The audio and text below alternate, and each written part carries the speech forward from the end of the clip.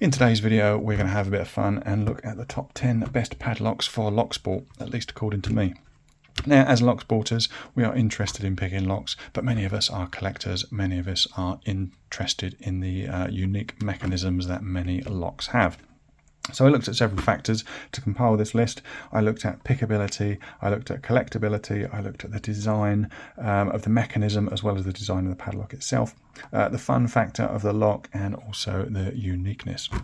And looking at all of those things, I came up with my top 10. Now, many of these padlocks are higher security, but you'll find as you go through your Locksport journey, as your skill increases, you get exposed to some very unique mechanisms, and that can provide a lot of fun when you get to the stage where you can actually pick them. Now, the locks in this list are not in any particular order, but let's get started and see what's on the list.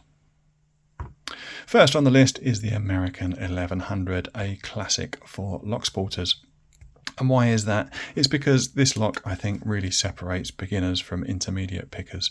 It's the first time that many people will come across security pins with serrations and spools, because the pins in this lock, the key pins down the bottom, are usually serrated. The top pins, you've got serrated pins and you've got serrated spools. And all of those pins, while providing a challenge, also give you some really interesting feedback. It's a really talkative lock, so you get lots of clicks, you get some nice deep full sets, and that can make them really fun to pick. I've been picking for years now. I've picked some really high security locks and padlocks, but I still go back to the American 1100s regularly.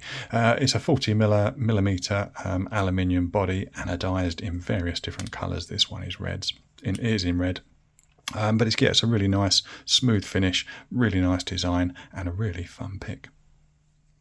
Second on the list is the Lockwood 334B45, which is not the most snappy title in the world, but this padlock does have one of the most snappy shackles. Let's just appreciate that pop.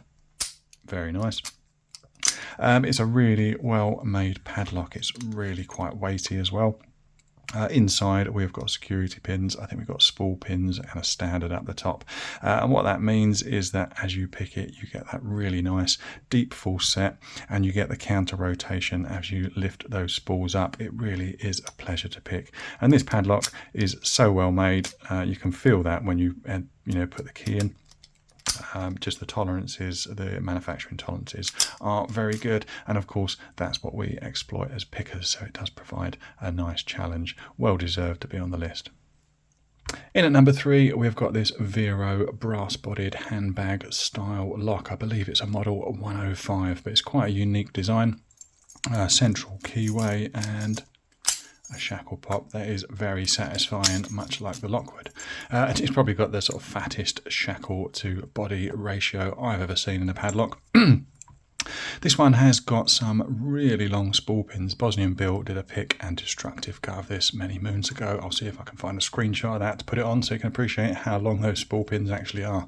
But it's also got right down the bottom of the keyway another pin that you need to pick. So you've got 4 pins on the top to pick. And then a pin down the bottom. I slide a short hook down there to get that one. But either way, a very nice design and a satisfying pick.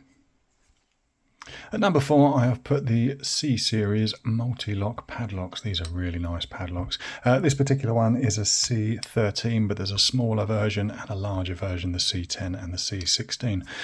It's a very unusual design. If you've ever seen gutting videos on this, the shackle comes out like that, and this middle section just slides right out the side, and if you're not careful, the locking pulls kind of will spring out and the core will spring out. It's a very interesting lock to gut and an interesting lock to pick as well. They come with these sprung sort of dust shields, and the core on this one is always going to be fun, being a multi-lock.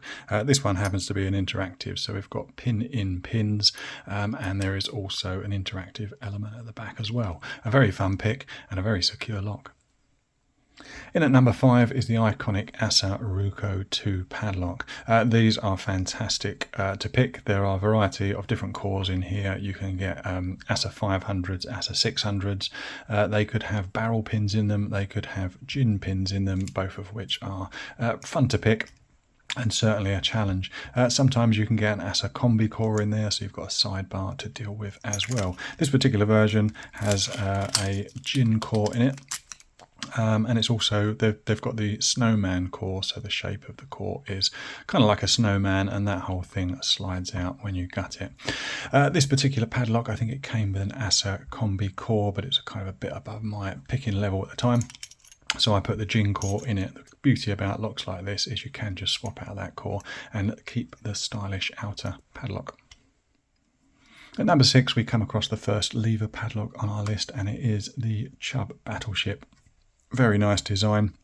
Love that circle on the front that lines up with the keyhole cover.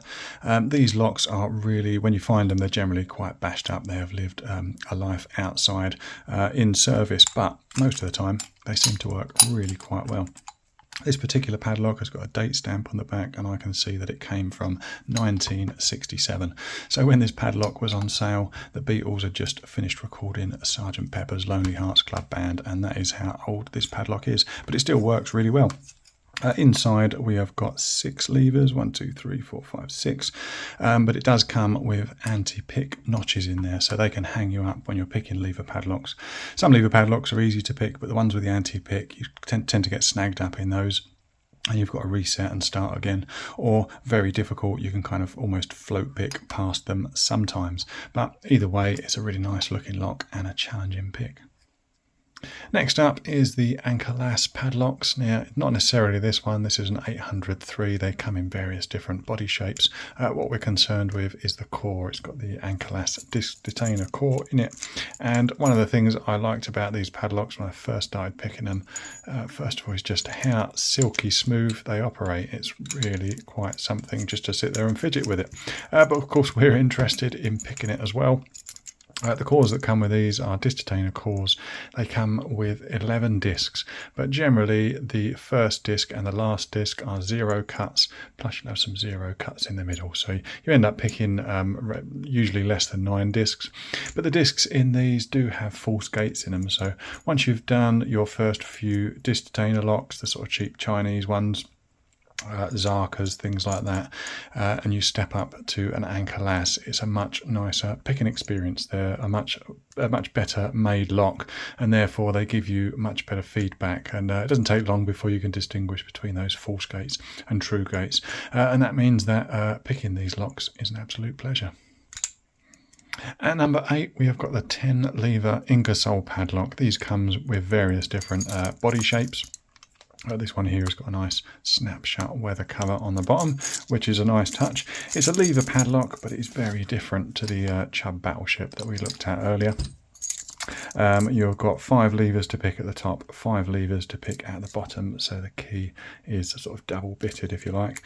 They are a real challenging pick. Certainly I found it so when I first got this particular one. Mainly down to the fact that you have to use a hell of a lot of tension on these, to the point you're kind of bending the tension wrenches. I found that was the only way to get the levers to set and sort of slowly pick your way through it. The core in this one does come out, and you can see all those levers moving. They are worth getting, even if you're not going to pick them, just to have a look at that core and the interesting mechanism that's used inside. Next on the list is an Ablo padlock. This one here is an Ablo 330. Ablo padlocks are disc detainer cores. They come with all sorts of different cores. The earliest ones were the classics, which were easier to pick, and then you had the profiles and various other iterations until you get to this one, which is a modern one, which has got a Protect 2 core in it. Now currently I can't pick a Protect 2 core, but that wouldn't stop me buying a lock, number 1, to aspire to, and number 2, just because they operate so smoothly. They are really nice locks to own and nice locks to pick, and of course they can be gutted, so you can, with some of the range, progressively pin them. Certainly one that should be on this list.